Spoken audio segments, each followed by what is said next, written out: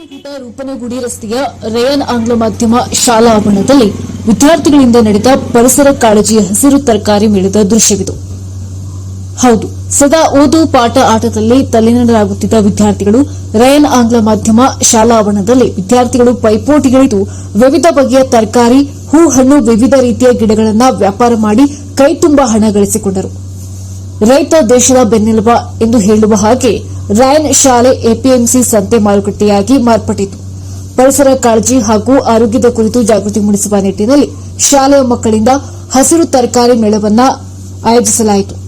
ತಾಜಾ ಹಣ್ಣುಗಳು, ತರಕಾರಿಗಳ ವ್ಯಾಪಾರ ಸೇರಿದಂತೆ ಮೊದಲಾದವುಗಳ ಭರ್ಜರಿ ಶಾಲೆಯಲ್ಲಿ ವ್ಯಾಪಾರ ನಡೆಯಿತು.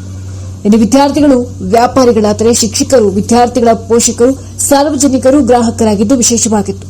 ಈ ಸಂದರ್ಭದಲ್ಲಿ ಹಜ್ ಕಮಿಟಿ ಮಾಜಿ ಅಧ್ಯಕ್ಷ ಗೌಸ್ ಸಾಬ್, ವಕ್ಫ್ ಬೋರ್ಡ್ನ ಅಧ್ಯಕ್ಷರಾದ ಹುಮಾಯು ಖಾನ್, ಖಾಸಗಿ ಶಾಲೆ ಅಧ್ಯಕ್ಷರಾದ ಮರಿಸ್ವಾಮಿ ರೆಡ್ಡಿ, ಉಪಾಧ್ಯಕ್ಷರಾದ ಶ್ರೀನಿವಾಸ್, ಖಜಾಂಚಿಯಾದ ರಂಜಾನಿ ಸಾಬ್, ಕಾಣೇಕಲ್ ಜಿಲನ್, ಕಣೇಕಲ್ ಅಬ್ದುಲ್, ರಾಯನ್ ಶಾಲೆಯ ಅಧ್ಯಕ್ಷರಾದ ಕಣೇಕಲ್ ಅಜೀಜ್, ತೌಸೀಫ್, ಫರಾಜ್ ಸೇರಿದಂತೆ ಶಾಲೆ ಆಡಳಿತ ಮಂಡಳಿಯವರು ಉಪಸ್ಥಿತರಿದ್ದರು. ಸ್ಥಳೀಯ ಸುದ್ದಿಗಳಿಗಾಗಿ ನೋಡ್ತಾ ಇರಿ ಹೈ ನ್ಯೂಸ್ ಬಳ್ಳಾರಿ. ಬಳ್ಳಾರಿ ನಗರದ ರೂಪನಗುಡಿ ರಸ್ತೆ